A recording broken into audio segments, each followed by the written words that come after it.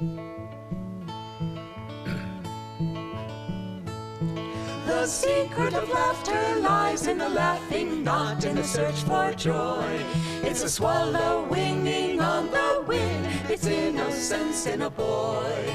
Lura-lura-lero, lura-lura-lie. Joy will come to anyone whose heart has learned to fly. Lura-lura-lero, lura-lura-lie.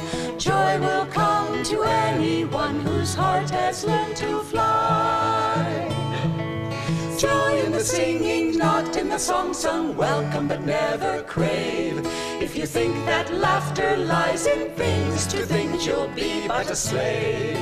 Lura-lura-lero, lura-lura-lie. Joy will come to anyone whose heart has learned to fly. Lura-lura-lero, lura-lura-lie. Joy will come to anyone whose heart has learned to fly. Joy in the giving, not in the gaining. Grasp and you'll never sing. You could win the world and still be poor. Win peace and live like a king. Lura-lura-lero, lura-lura-lie. Joy will come to anyone whose heart has learned to fly. Lura-lura-lero, lura-lura-lie. Joy will come to anyone whose heart has learned to fly. Sing when the sun shines, sing when the rain falls, sing when your road seems strange. In a tempest seize the lightning flash and ride the winds of change. Lura-lura-lero, lura-lura-lie. Joy will come to anyone whose heart has learned to fly. Lura-lura-lero, lura-lura-lie. Joy will come to anyone whose heart has learned to fly. Lura-lura-lero, lura-lura-lie. Joy will come to anyone whose heart has learned to fly.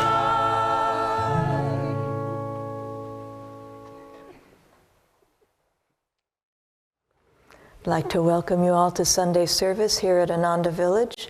I am Nayaswami Parvati. This is Nayaswami Gyandev, and we're very happy to be with you today and happy to have all of you here. I will be reading from Rays of the One Light by Swami Kriyananda. These are based on Paramhansa Yogananda's teachings, commentaries on the Bible and the Bhagavad Gita. Perfection is self-transcendence. Truth is one and eternal. Realize oneness with it in your deathless self within. The following commentary is based on the teachings of Paramhansa Yogananda. We begin this week with a passage from the Gospel of St. Matthew, chapter 5. Love your enemies, bless them that curse you, do good to them that hate you, and pray for them which despitefully use you and persecute you. If ye love them which love you, what reward have ye? Do not even the tax collectors the same? And if ye salute your brethren only, what do ye more than others? Do not even pagans so? Be ye therefore perfect, even as your Father which is in heaven is perfect. This teaching is a continuation of last week's lesson. To love all equally is possible only by seeing God everywhere, in others as well as in oneself. See whatever comes to you unasked for as a manifestation of His will. Be grateful for the pains you experience, for they are healing strokes of His love. Sometimes healing is effected only by strong measures, but His love for you is manifested in the very attempt to heal. Strive always to be impersonal, as though whatever happens to you were happening to someone else. Persecution gives us a supreme opportunity to deny the thought, this is happening to me, and to affirm our inner freedom from the thought of ego. Don't allow the negative perceptions of others to become your own self-definition. Seek God. This is the true goal of life, though how difficult to cling to in the midst of hatred, spite, and persecution. The Bhagavad Gita tells us in the 7th chapter, out of thousands, one strives for spiritual attainment, and out of many blessed true seekers who strive assiduously to reach me, one perhaps perceives me as I am. O truth seeker, be one among those thousands who seeks the supreme goal. Thus, through Holy Scripture, God has spoken to mankind. Om, Om, Om.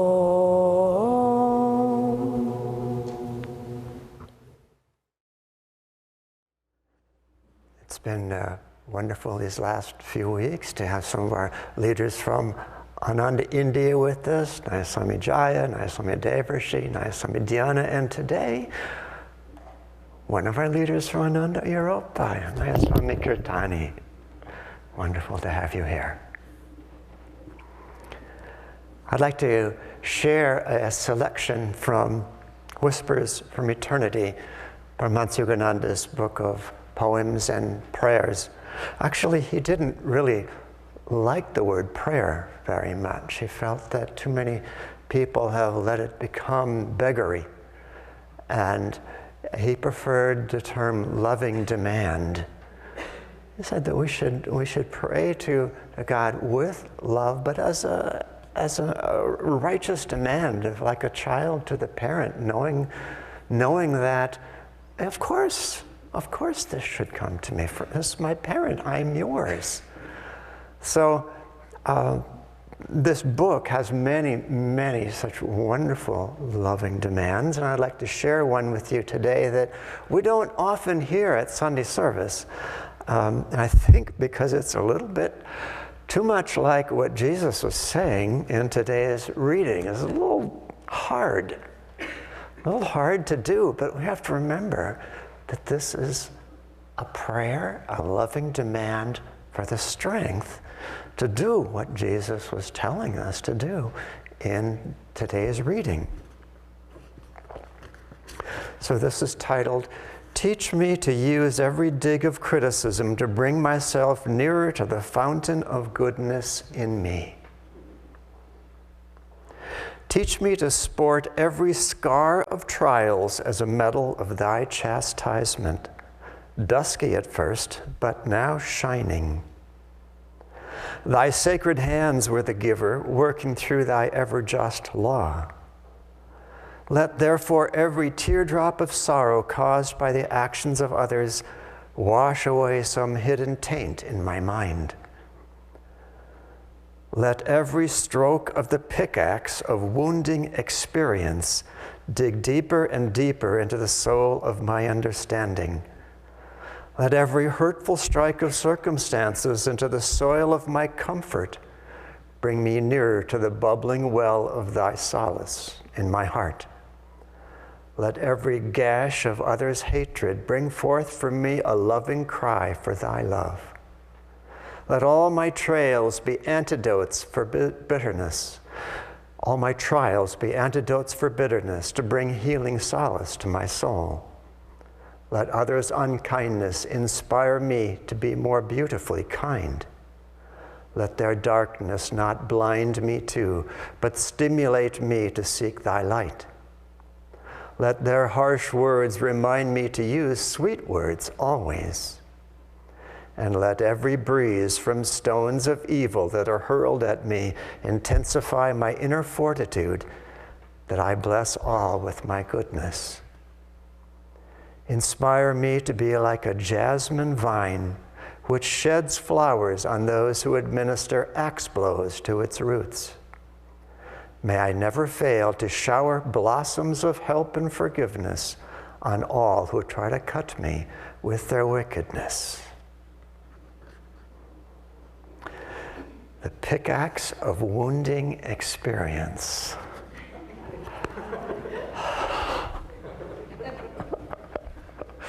Let us be galvanized.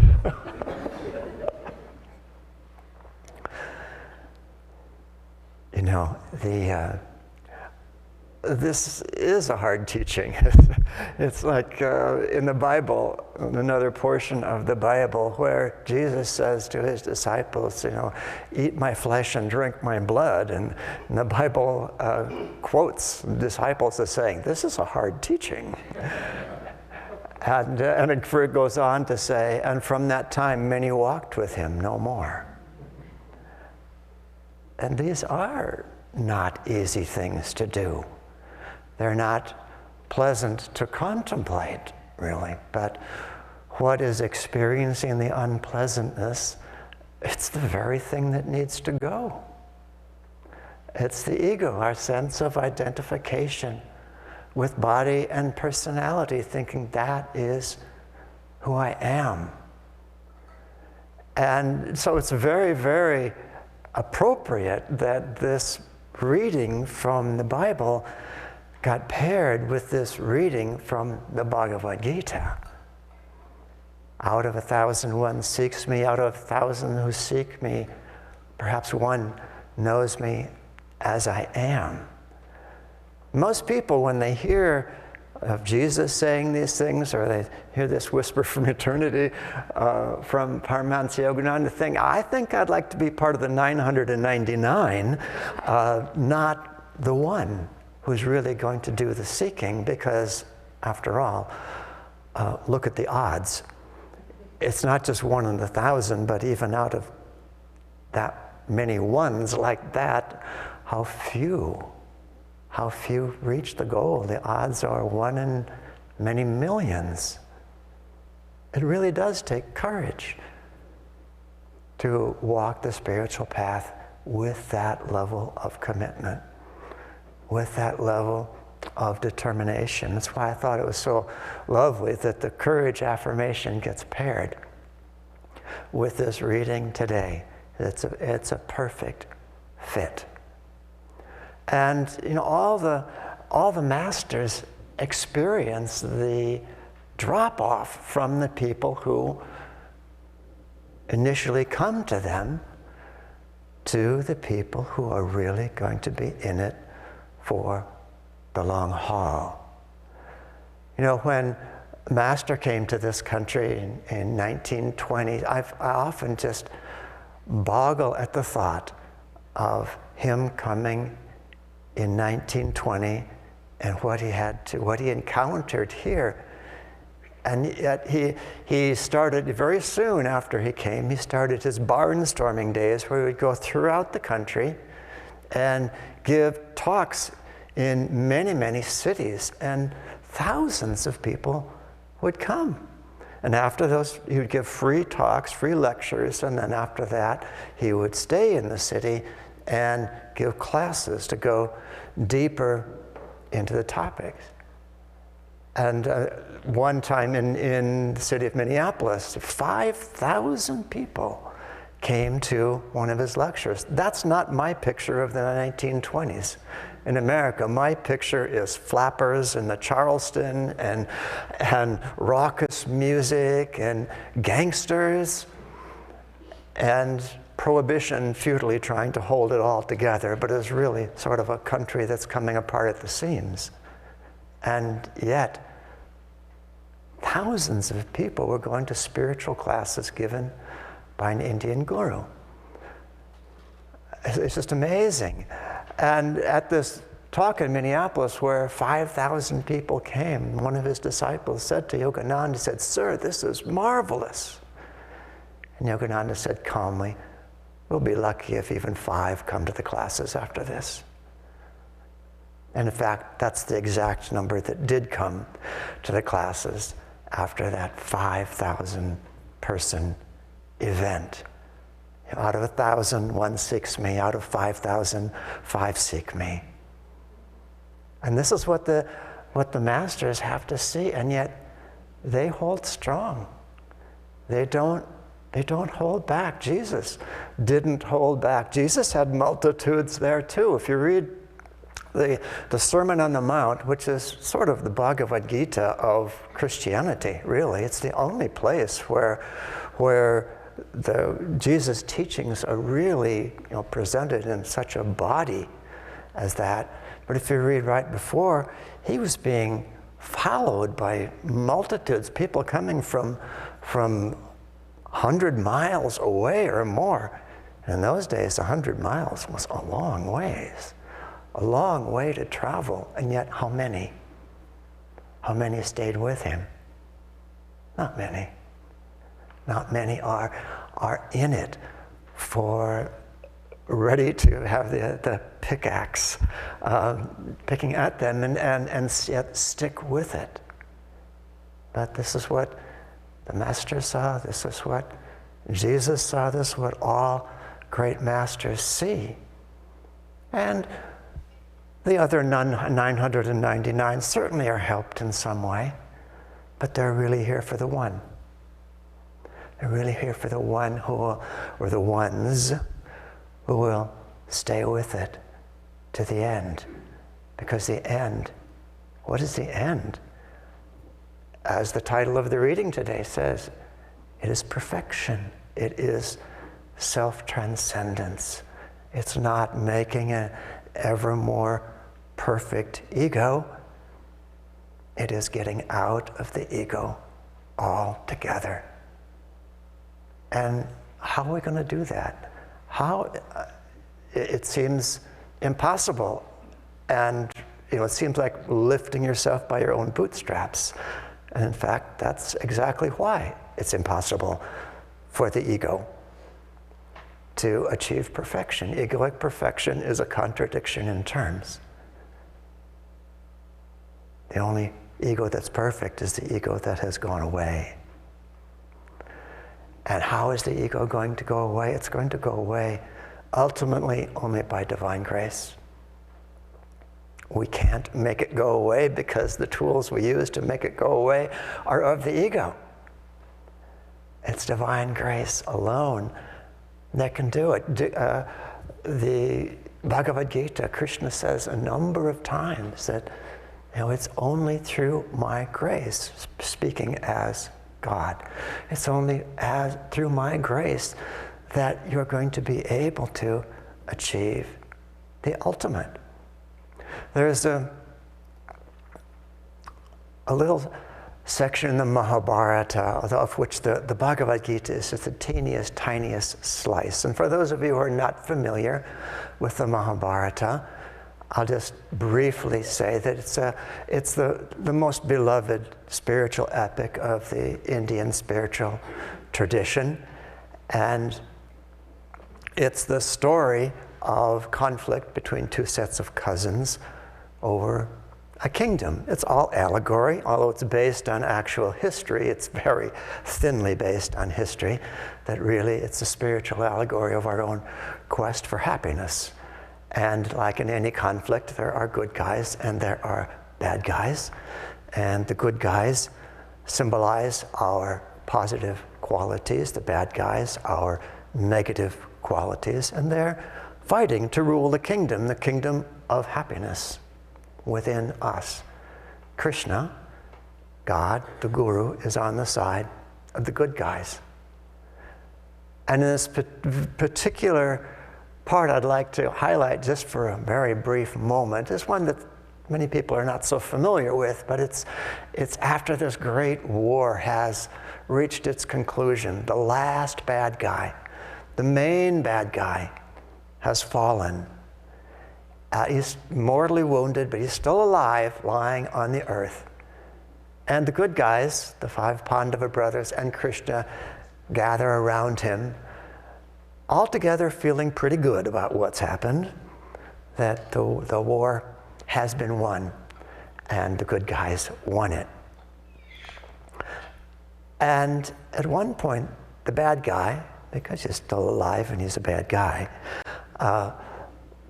pushes himself up, excruciating pain, and he says, Krishna, you never would have won if you had fighted fairly. And then he proceeds to cite a number of the instances of this great battle where Krishna had, well, let's face it, cheated on behalf of the good guys. He had used his divine powers, or sometimes just a simple scheme of lying, in order to bring this victory about. And the good guys, the Pandava brothers, who are very noble characters, they place a lot of value on fairness, just sort of hang their heads in shame, because what happens is as soon as the bad guy said this, flowers from heaven start to rain on him and celestial voices call out, indeed, the great warriors of the bad guys were indeed slain by unfair means. And the good guys are just there hanging their heads, being like, oh, this is not what it was supposed to be. And Krishna looks at him and he says, listen to me. Those were great warriors you were fighting. Remember our negative qualities. Those were great warriors you were fighting. Even with all your prowess, you never could have defeated them. If I had not used my powers, victory would never have been yours. Don't feel bad about this. When one is greatly outnumbered by his foes, he must triumph by any means possible. Come, let us return to camp and rest. And it's just, and this is how it's going to end for us, really. Or not just end, but get better and better and better, is the grace of the Guru. The grace of God coming in, sometimes in the least obvious ways, sometimes in invisible ways, sometimes in highly visible ways. But this is how we're going to get out of this place of being identified with, I am my body, I am my personality, I'm the things I've done, I'm my successes, I'm my failures, I'm all of that. It's such a hypnosis. And we all live in a world that reinforces that hypnosis. It's not just our own negative qualities that we have to contend with. We are living in a drama in which every aspect of it, every visible aspect of it, is designed to reinforce the drama, to reinforce our consciousness of being the body, of being what we've done, of being what people think of us. So how does that grace come? How do we get to the point where we can love our enemies, bless those who curse us, do good to those who hate us? The only way that we can do is to meditate more and more deeply and behave in a way that we would behave if we knew beyond a doubt that we were one with everyone. Because if we were one with everyone, of course we would love our enemies. Of course we would bless those who curse us. Just that's how the masters live, because they knew it. They knew who they were. And what they say to us is, it's okay. I understand that you're not feeling that yet. Just do your best to behave as if you were. Focus on those times when it's easier. What that will do is it begins to open a little channel for God's grace to come. Every time that we align ourselves with how we would act if we knew, every time we act that way anyway, it's like we're beginning to give God an opening. Some way to come into our lives. Perhaps it's small, perhaps it's large. Now I remember Swami Kriyananda saying that when he's contemplating some action, some activity of any consequence at least, he evaluates whether to do it or not to do it according to how he feels it will affect his inner peace. And if he feels it would affect his inner peace to do it, he won't do it. And what he's doing is he's trying to keep an open channel for God's grace to come to him. Because God's grace is not going to come in a peaceless, chaotic, traumatic consciousness. It's going to be not going to be able to come. It's going to come through an open channel. And he had a couple of rules of living, simple rules, simple, seeming like ego-oriented rules.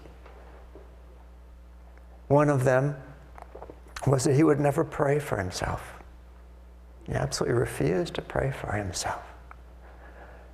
And he didn't say that this is what everyone should do. In fact, he specifically said that. I'm not saying that all of you should do this. But he did that. He would never pray for himself. His whole attitude was, my body is Divine Mother's problem. Because the more he would look after it, the more careful he would be about it, the more attached he would be about it, the more it would be ego identification. And he simply refused to do it. And his body paid a price, because it's not like he just said, okay, my body is God's problem, but I'll just lie down and take it easy. He was a warrior, constantly putting out more energy than most of us care to think about. But he wore his body down to a nub because it wasn't his problem. It was Divine Mother's problem. He left it totally in her hands. His other rule says, I will never defend myself. Wow. That's a tough one. Will never defend myself. I remember him saying once, because what would I be defending? I'd be defending my ego, the very thing I'm trying to get rid of. So never defend myself. And those of you who saw him knew that even at the end of his life, when he couldn't even walk without assistance, he would move forward in whatever way he could, with his chest leading the way, with his heart leading the way. And back in the days when he didn't need assistance, he would have his shoulders drawn back and just heart first into life, absolutely refusing to protect himself. Because again, what would he be protecting?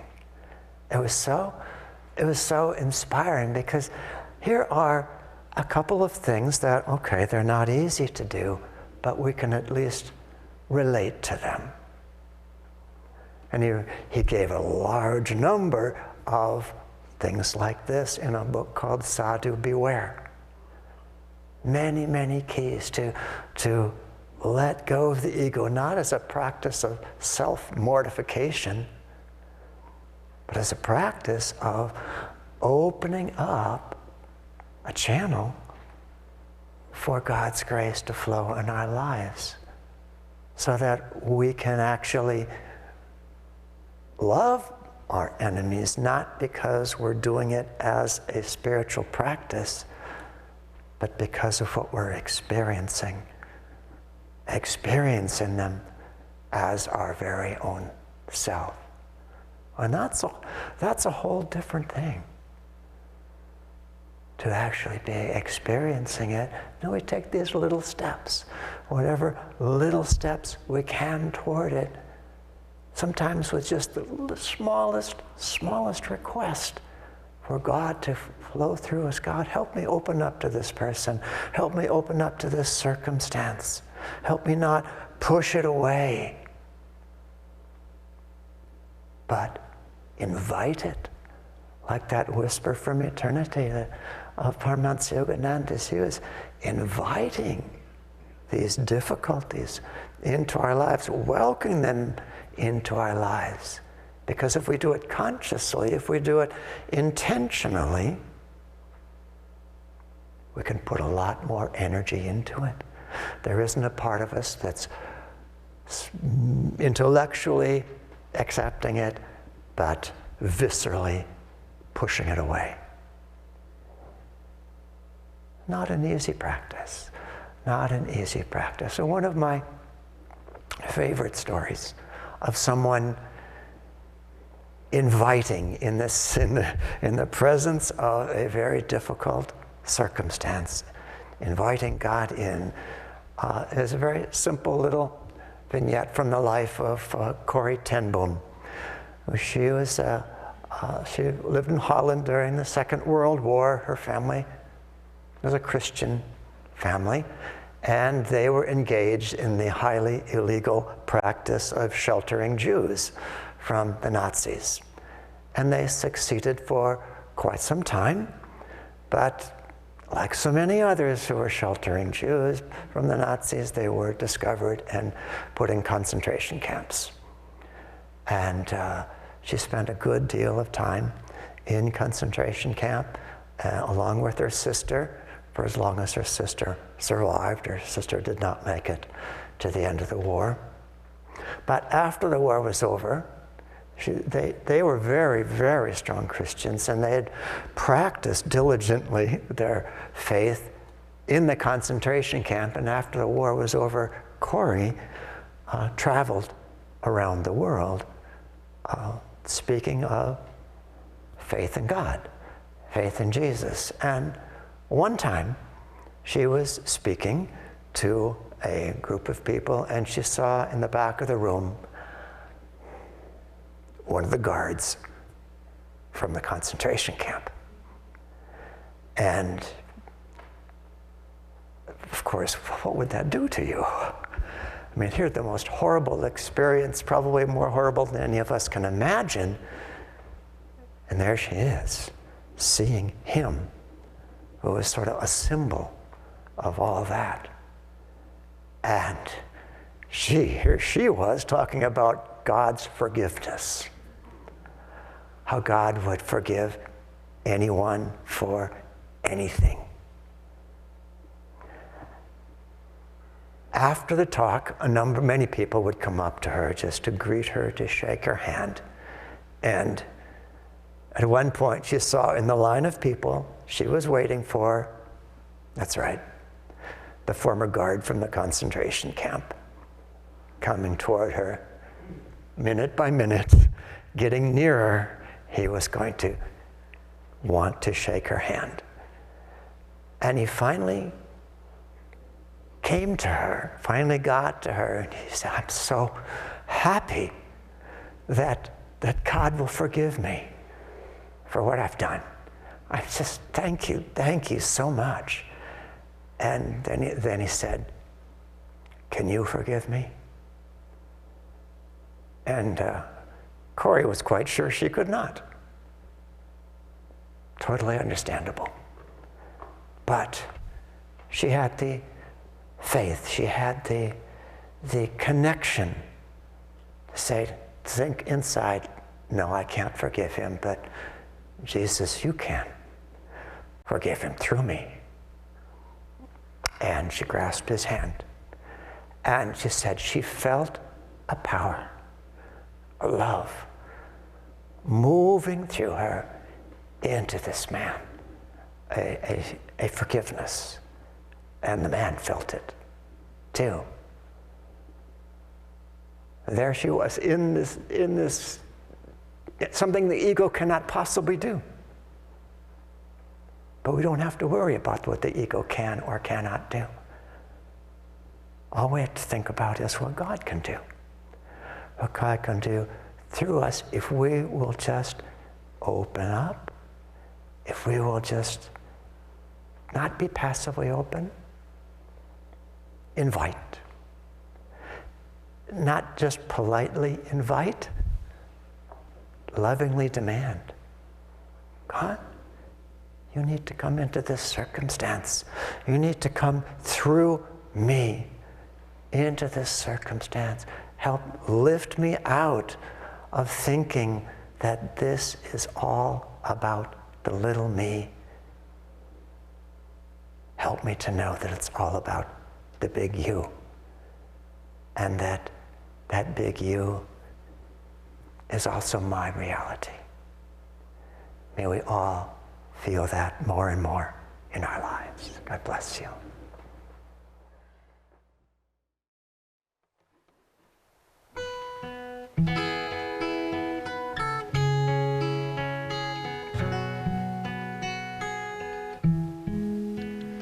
Come here while I sing you of emerald hills, of valleys and meadows so fair, that all who have seen them have carried away memories in their hearts, friends, like the lilacs of May.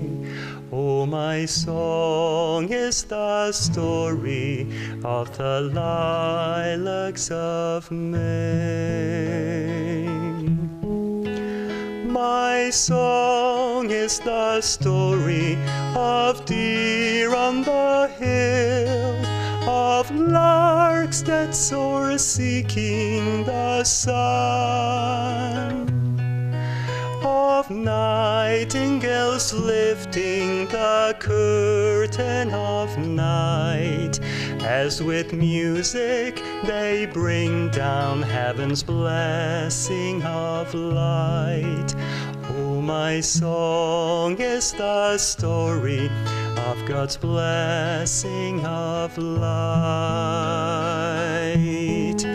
Come join me in singing of that emerald isle, of flowers that like jewels besprinkle the lea, of waterfalls eager to embrace the white sea, as we with our Maker united would be, as we with our Maker reunited would be.